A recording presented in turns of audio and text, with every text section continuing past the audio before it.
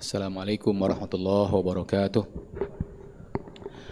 Alhamdulillahirabbil alamin wassalatu wassalamu ala asyrafil anbiya'i wal mursalin wa ala alihi wa sahbihi wa man tabi'ahum bi ihsan ila yaumiddin, amma ba'd. Kaum muslimin dan muslimat, jemaah salat maghrib yang rahmati Allah, alhamdulillah bersyukur kita kepada Allah tabaraka wa taala. Allah masih memberikan kepada kita nikmat-nikmatnya, termasuk di dalamnya nikmat kesehatan, ya, nikmat keamanan, yang dengan nikmat-nikmat tersebut kita masih bisa melakukan aktivitas-aktivitas kita. Maka ini menuntut dari kita untuk terus bersyukur, ya, kepada Allah tabaraka wa taala dengan menggunakan nikmat-nikmat tersebut dalam ketaatan kepada Allah dan menggunakan nikmat-nikmat tersebut dalam rangka mendekatkan diri kita kepada Allah tabaraka wa taala. Ada saudara kita yang sedang diuji oleh Allah dengan, ya, kekurangan kesehatan, ya, yaitu diuji dengan sakit, ya. Kita berdoa kepada Allah semoga mereka diberikan oleh Allah kesembuhan segera dan dijadikan sakit yang menimpa mereka sebagai penyebab diangkatnya derajat mereka di hadapan Allah, ya, tabaraka wa taala. Begitu juga di sisi lain saudara kita yang berada di Palestina dan di belahan bumi yang lain yang sedang diuji oleh Allah dengan dicabut sebahagian dari nikmat keamanan, ya. Semoga Allah meneguhkan hati mereka, ya, menguatkan, ya, mereka dan memberikan, ya, kemenangan kepada saudara-saudara kita. Jemaah salat maghrib yang dirahmati Allah, Rasulullah sallallahu alaihi wasallam sebagaimana diriwayatkan oleh Al-Imam Ahmad dan Al-Imam Abu Daud dari jalur sahabat yang mulia Amru ibn al-As, ya, Rasul sallam bersabda, muru auladakum bis shalah wa hum abna'u sab'i sinin wadribuhum 'alaiha wa hum abna' asyr wa farriqu bainahum fil madaji'. Kata Rasul sallam, ya, perintahkan anak-anak kalian untuk salat, untuk menegakkan salat, ya, ketika mereka sudah berusia 7 tahun, ya. Wadribuhum 'alaiha, dan berilah hukuman, ya, kepada anak-anak tersebut kalau mereka sudah sampai usia 10 tahun dan belum, ya, mau melakukan salat. Wa farriqu bainahum fil madaji', dan pisahlah mereka di tempat tidur mereka. Jemaah salat maghrib yang dirahmati Allah, ya, hadis yang ringkas ini memiliki sejumlah pelajaran yang patut untuk kita telaah, ya, patut untuk kita ambil pelajaran sehingga menjadikan kita, ya, orang-orang yang semakin baik, ya, dan juga menjadikan kita orang-orang yang memiliki kepedulian, ya, terhadap generasi atau keturunan kita. Jemaah salat maghrib yang dirahmati Allah, bahwa pesan pertama dari Rasul sallam, ya, dalam hadis ini adalah perintah kepada kedua orang tua, kepada bapak, kepada ibu, ya, untuk apa? Muru auladakum bis shalah, ya, untuk memerintahkan anaknya mengerjakan salat. Ya, ini salah satu kewajiban orang tua. Ya, baik sebagai bapak atau sebagai ibu, salah satu kewajibannya terhadap anaknya adalah memerintahkan mereka untuk menegakkan salat, ya. Ini salat 5 waktu. Dan tentunya perintah untuk menegakkan salat kepada anaknya ini, ya, diawali dengan mengajarkan kepada anak-anak tersebut tata cara salat dan hal-hal yang menjadikan salat itu sah, ya, termasuk berkaitan dengan thaharah, ya, termasuk juga nanti bagaimana pelaksanaan salat tersebut. Kalau memang orang tuanya punya keterbatasan, maka dia punya kewajiban untuk mencari guru, mencari orang yang bisa mengajarkan anaknya salat, ya. Karena Allah tabaraka wa taala dalam surat At-Tahrim mengatakan, ya ayyuhalladzina amanu qu anfusakum wa ahlikum nara. Kata Allah, wahai orang-orang yang beriman, jagalah diri kalian dan keluarga kalian, ya. Dan termasuk di dalam keluarga itu adalah anak. Dari apa kata Allah? Ku anfusakum wa ahlikum naro. Jagalah diri kalian, keluarga kalian dari api neraka. Salah satu cara menjaga keluarga agar tidak masuk ke dalam neraka adalah mengajarkannya, memerintahkannya untuk menegakkan salat 5 waktu. Jemaah salat maghrib yang dirahmati Allah, Kata Rasulullah, kapan anak itu diperintahkan untuk sholat? Ketika dia sudah berada pada usia 7 tahun. Dan usia 7 tahun ini adalah menurut hitungan hijriah, bukan menurut hitungan miladiah. Apakah usia 7 tahun anak sudah wajib sholat? Pada dasarnya seseorang itu memiliki atau menjadi wajib melakukan perintah-perintah syariat ketika dia sudah baligh. Dan biasanya anak pada usia 7 tahun itu belum baligh, maka belum wajib dia menjalankan syariat itu. Tetapi kenapa Rasulullah SAW perintahkan kepada orang tua agar anaknya pada usia 7 tahun yang rata-rata mereka belum baligh, mereka belum wajib menjalankan syariat itu, tapi sudah diperintahkan untuk sholat. Kata para ulama kita, ini menunjukkan yang pertama bahwa memang pendidikan itu harus dijalankan secara bertahap. Tidak ada orang tiba-tiba rajin sholat, itu tidak ada itu. Atau tiba-tiba pinter. Ya, ada orang tiba-tiba hafal Quran, nah, kita curiga juga. Jangan-jangan dia punya jin. Jinnya yang baca, dia cuma berkomat kamit. Enggak ada. Namanya pendidikan itu harus bertahap. Butuh waktu. Dan pendidikan itu yang terbaik adalah dimulai ketika anak itu masih kecil. Maka jangan sampai orang tua mengabaikan, anak saya masih kecil, biarkan. Sebagian orang tua menganggap remeh, ini anak masih kecil. Ketika dia sudah dewasa, kewalahan. Nah, ini salah caranya. Karena memang pendidikan itu harus dimulai semenjak kecil. Usia 7 tahun, ya, itu sudah tidak boleh lagi lalai orang tua. Mengajarkannya sholat, mengajarkannya hal-hal yang lainnya, terutama mengajarkannya sholat. Jangan sampai dia lalai. Nah, kata Rasulullah, nanti kalau sudah 10 tahun usianya dan dia masih belum mau sholat, maka orang tua sudah punya kewajiban untuk memberikan hukuman kepada anak tersebut. Tentunya hukuman yang mendidik, ya, bukan hukuman ya kekerasan atau hukuman yang membahayakan, tidak. Sekali lagi, usia 10 tahun biasanya rata-rata anak belum baligh. Kok sudah diberikan hukuman? Kata para ulama kita, inilah ya proses pendidikan tersebut. 7 sampai 10 tahun itu ada 3 tahun. Terus diajarkan, diingatkan, diajak untuk sholat. Maka juga ini menjadi pelajaran, ya. Sebagian jamaah anti dengan anak-anak masuk masjid. Ini salah, ya. Seharusnya memang masjid itu ramah anak. Kita lihat dulu Rasulullah SAW membawa cucunya untuk sholat. Jadi jangan ada sampai kita ini malah anti dengan anak-anak masuk masjid. Kalau dia salah, dia buat ribut, maka diajarin. Dan kewajiban orang tua yang membawa anaknya ke masjid untuk mengajarkan dan mendidik anaknya tentu. Tapi kalau anak-anak masuk masjid diusir, nah ini jangan salah. Atau sebagian orang agak risih ketika anak-anak bergabung sama saf orang dewasa, ya. Padahal yang benarnya memang anak-anak itu digabungkan sama orang dewasa. Supaya apa? Yang pertama, dia tidak buat ribut. Coba kita biarkan anak-anak di belakang semua. Wah, perang dunia kedua atau perang dunia ketiga. Perang dunia keberapa sekarang? Perang dunia keempat. Sebagian masjid seperti itu. Anak-anak dibuat di belakang, nggak boleh ke depan. Ribut dia. Setelah sholat, wah, siapa yang ributnya segala macam. Yang salah tuh orang tua. Anak-anak itu jangan dikumpulin sama mereka. Masing-masing orang tua ajak sama anaknya, ayo sholat di sampingnya. Meskipun tentu jangan mengambil posisi di belakang imam, posisi di pinggir. Supaya apa? Dia tahu bagaimana gerakan-gerakan orang tuanya sholat. Dan yang kedua, dia serius. Tapi kalau dikumpulkan di belakang jadi ribut. Setelah mereka ribut, orang tua marah-marah, mencak-mencak.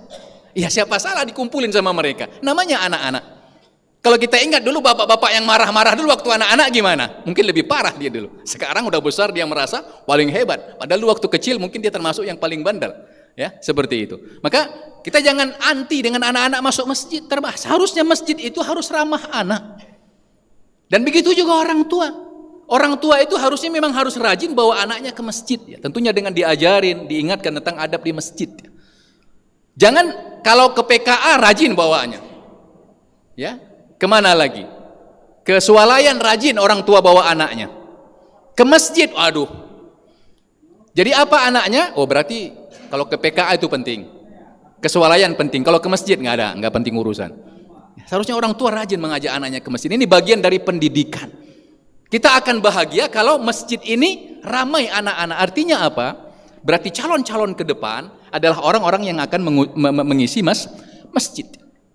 Jemaah salat maghrib yang rahmati Allah, maka kata Rasulullah SAW, orang tua diperintahkan untuk memerintahkan anaknya, mengajarkan anaknya ya salat dimulai dari usia 7 tahun.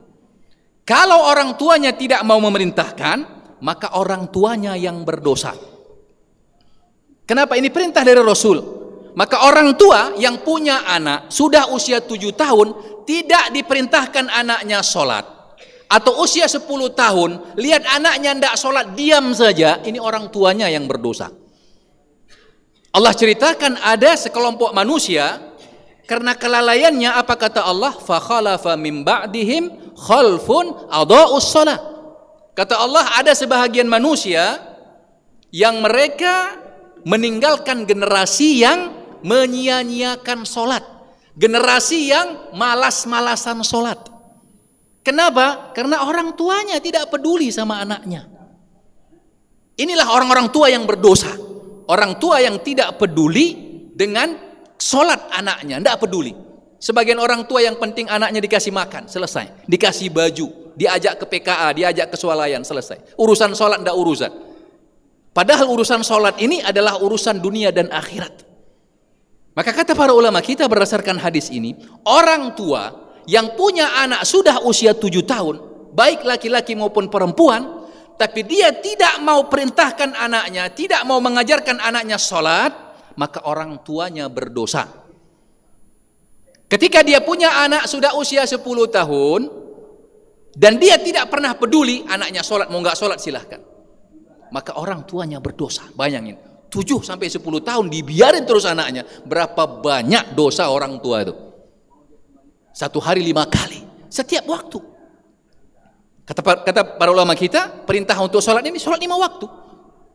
Dimulai dari subuh, zuhur, asar, maghrib, isya. Orang tua punya kewajiban itu. Kalaupun dia di sekolah, carilah sekolah-sekolah yang punya perhatian sama sholat. Ya, kita sedih melihat sebagian generasi kita sekarang, generasi-generasi yang malah, coba lihat di PKA itu. Sekarang azan berkumandang. Sebahagian itu tidak sholat itu. Itu generasi-generasi yang kalau terus begitu, itulah yang menghancurkan kehidupan kita ini. Yang pikirannya hanya dunia, yang pikirannya hanya tontonan-tontonan, tapi sholat tidak peduli. Dan tentunya lahirnya generasi-generasi seperti itu, atau sebahagian generasi seperti itu, karena keabsenan orang tuanya. Kalau seandainya orang tua mau menjalankan ajaran Rasul, 7 tahun, ayo diajak sholat, dicari berbagai macam cara yang baik. Karena dalam surat Toha ya, ayat 132 kata Allah, wa'mur ahlaka bis shalah wastabir 'alaiha. Perintahkan keluargamu, ya ini perintah kepada bapak, kepada ibu, ya apa, untuk anaknya diperintahkan untuk salat, wastabir 'alaiha. Kata Allah, dan bersabarlah. Kenapa? Karena memang di antara penyebab orang tua atau sebagian orang tua malas merintahkan anaknya sholat apa? Sudah diajak tapi tidak mau. Nah, maka kata Allah, wastabir 'alaiha. Wastabir itu asal kalimatnya sabar ya. Tapi kata Imam Al-Qushairi dan beberapa imam yang lain, kalimah wastabir itu artinya sabar tingkat tinggi. Karena memang terkadang memerintahkan anak untuk sholat itu membutuhkan kesabaran. Dibangunin sekali nggak bangun, 2 kali, 2 kali nggak bangun, 3 kali, 3 kali nggak bangun, 4 kali. Kalau dibangunin juga nggak mampu, cari cara lain. Selama cara-cara yang baik. Sebagaimana kita cari rezeki untuk anak kita, untuk istri kita. Apakah kita nyerah? Wah, nggak dapat kerja di sini, udahlah. Mau makan, mau enggak. Kita cari cara. Nggak dapat di sini, cari tempat di sana. Nggak dapat, pinjam. Nggak dapat pinjam, mungkin minta. Begitu juga dalam cara sholat. Jangan untuk urusan rezeki kita sangat serius, tapi urusan sholat kita setengah serius. Maka kata Allah, wastabir 'alaiha. Sabar tingkat tinggi untuk memerintahkan anakmu sholat. Butuh kesabaran. Di antara orang tua pakai cara apa? Setiap anaknya mau sholat, diajak ke masjid, pindah dari satu masjid ke masjid yang lain. Di antara orang tua melakukan apa? Kalau anaknya rajin sholat, dikasih hadiah. Ini di antara cara-cara yang harus ditempuh. Jangan cepat menyerah. Sebagian orang cepat menyerah, saya sudah perintahkan anak saya sholat, cuman sekali. Dan juga memang orang tua juga harus memberikan contoh kan seperti itu. Ya, maka ini perintah Rasulullah yang pertama, jangan sampai ya orang tua lalai untuk mengingatkan anaknya sholat, mengajarkan tata cara dan hal-hal yang menjadikan sholatnya sah. Supaya apa? Ketika nanti dia balik, maka sudah tertanam dalam dirinya betapa pentingnya sholat itu. Jangan sampai anak kita merasakan bahwa belajar itu lebih penting daripada sholat. Kalau dia nggak sekolah, bahkan ada orang tua sampai mukul anaknya. Ya, meskipun cara-cara memukul dalam Islam ada aturannya. Tapi kalau anaknya tidak sholat biasa saja. Kalau anaknya nilainya ada yang merah, bahasa Inggrisnya, matematikanya 4, kenapa kamu ini? Capek bapakmu ini ngasih makan, belajar apa segala. Marah orang tuanya. Tapi anaknya tidak sholat, santai saja.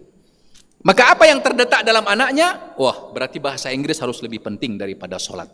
Maka kita lihat sebagian, nggak peduli sama sekali. Bahkan kadang-kadang dia sudah di masjid, begitu azan apa yang terjadi? Keluar. Sebagian masyarakat kita ada acara di masjid, begitu azan satu persatu keluar. Seakan-akan kehadirannya ke masjid untuk acara itu lebih penting daripada kehadirannya untuk sholat. Ya, musibah besar. Ya. Maka agar jangan lagi lahir generasi-generasi, kata Allah, adha'us sholat, generasi-generasi yang melalaikan sholat, generasi-generasi yang tidak peduli sholat, maka kita punya kewajiban untuk mendidik generasi kita, mendidik anak-anak kita. Jangan sampai nanti kita terhalang masuk ke dalam surga. Kenapa? Karena kelalaian kita dalam mendidik generasi kita, atau kelalaian kita dalam mengajarkan anak-anak kita. Jemaah salat maghrib yang dirahmati Allah, kenapa mulai usia 7 tahun anak-anak sudah diperintahkan sholat? Usia 10 tahun kalau belum mau sholat mereka diperintahkan untuk diberikan hukuman, hukuman yang mendidik. Ternyata kalau kita lihat dalam Islam, memang sholat ini punya peranan yang sangat penting, punya kedudukan yang sangat tinggi. Dari segi perintahnya saja kita bisa lihat bagaimana peristiwa Isra wal Mi'raj. Bagaimana Allah Tabaraka wa Ta'ala untuk perintah yang lain Allah perintahkan malaikat Jibril mendatangi Nabi Muhammad sallallahu alaihi wasallam. Tapi untuk perintah salat Allah perintahkan malaikat Jibril untuk membawa Nabi Muhammad menghadap Allah. Kenapa? Karena memang salat ini adalah salah satu ibadah yang sangat penting sehingga tidak boleh dilalaikan. Sebagian orang kadang-kadang lebih peduli kepada amalan-amalan yang lain, tapi sholat dia abaikan. Seperti tadi, hadir ke masjid untuk acara-acara tertentu semangat. Begitu azan berkumandang, dia pun lari pergi. Allahul Musta'an. Ya, ini menjadi musibah. Apa kita umat Islam, apalagi kita bicara sekarang kita orang Aceh, yang notabene kakek moyang kita adalah Islam. Masa sampai seperti itu kita cucu-cucu para pejuang, cucu-cucu para orang-orang tua yang kita dulu Islam, tapi sholat tidak menjadi perhatian sama kita. Jemaah sholat maghrib yang dirahmati Allah, maka sekali lagi ini menunjukkan betapa pentingnya kedudukan sholat tersebut, sehingga Allah panggil Nabi Muhammad dalam peristiwa Isra wal Mi'raj untuk menerima perintah kewajiban sholat tersebut. Dan juga dalam beberapa hadis yang Rasulullah menyebutkan, di antara amalan yang paling pertama kali nanti dihisab pada hari kiamat, kata Rasulullah, atau kama qala alaihi wasallam, awwalu ma yuhasabu bihil abdu yaumal qiyamah as-shalah. Salah satu amalan yang paling pertama dihisab nanti pada hari kiamat adalah salat. Kalau salatnya baik, maka insya Allah hisab amalan-amalan yang lain baik atau menjadi mudah. Tapi kalau salatnya hancur lebur, salatnya tidak beres, maka bisa dipastikan amalan-amalan yang lain juga tidak beres. Nah, maka kata para ulama kita, salah satu melihat bagus tidak bagusnya seseorang, lihat sholatnya. Kalau sholatnya berantakan, maka bisa dipastikan itu orang tidak baik. Kenapa? Karena sholat ini hubungannya dengan Allah. Kalau dengan Allah saja dia main-main, apalagi dengan manusia. Maka kalau kita menilai orang tidak baik atau tidak baik, salah satu penilaian kita adalah bagaimana sholatnya. Mohon maaf, termasuk para orang tua yang mau cari menantu, baik menantu perempuan atau menantu laki-laki, lihat sholatnya. Kalau sholatnya nggak beres, jangan terima. Jangan datangkan ke kampung kita orang-orang yang justru menambah beban, nggak sholat itu. Rasulullah mengatakan Al-ahdul ladzi bainana wa bainahumus shalah. Perbedaan antara kami dengan orang di luar kami, kata Rasulullah, maksudnya orang-orang kafir, adalah sholat. Ya. Jadi perbedaan orang Islam dengan orang kafir itu salah satunya apa? Sholat. Artinya kalau ada orang Islam tapi tidak peduli dengan sholat 5 waktu, ini menunjukkan bahwa dia sudah dekat dengan orang kafir. Sudah dekat dengan orang kafir. Karena statusnya, kata Rasulullah, yang membedakan orang Islam dengan orang di luar Islam salah satunya adalah sholat. Dan sholat ini juga dalam hadis Rasulullah mengatakan, ya, washolatu diyaun, sholat itu cahaya. Maka orang yang rajin sholat, menjaga sholat 5 waktu, Allah berikan cahaya pada dirinya. Artinya apa? Dia akan selalu mendapatkan ketenangan dari Allah. Allah akan berikan dia jalan petunjuk sehingga dia menghadapi permasalahan-permasalahan hidup ini dengan apa? Dengan mudah, karena Allah kasih jalan keluar.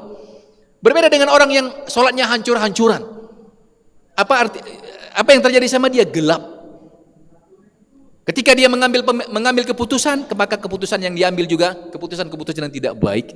Ucapan-ucapan yang keluar juga kadang-kadang sering tidak baik. Kenapa? Karena memang dia sering meninggalkan sholat. Bahkan ya, para ulama kita atau sebagian para ulama kita mengatakan orang yang meninggalkan sholat itu dosanya lebih besar dari berzina, lebih besar dari minum khamar. Ya, termasuk Imam Az-Zahabi dalam kitabnya Al-Kabair mengatakan meninggalkan sholat dengan sengaja, maksudnya sholat 5 waktu, itu dosanya lebih besar dari zina. Kita jijik melihat orang berzina, zina itu dosa besar.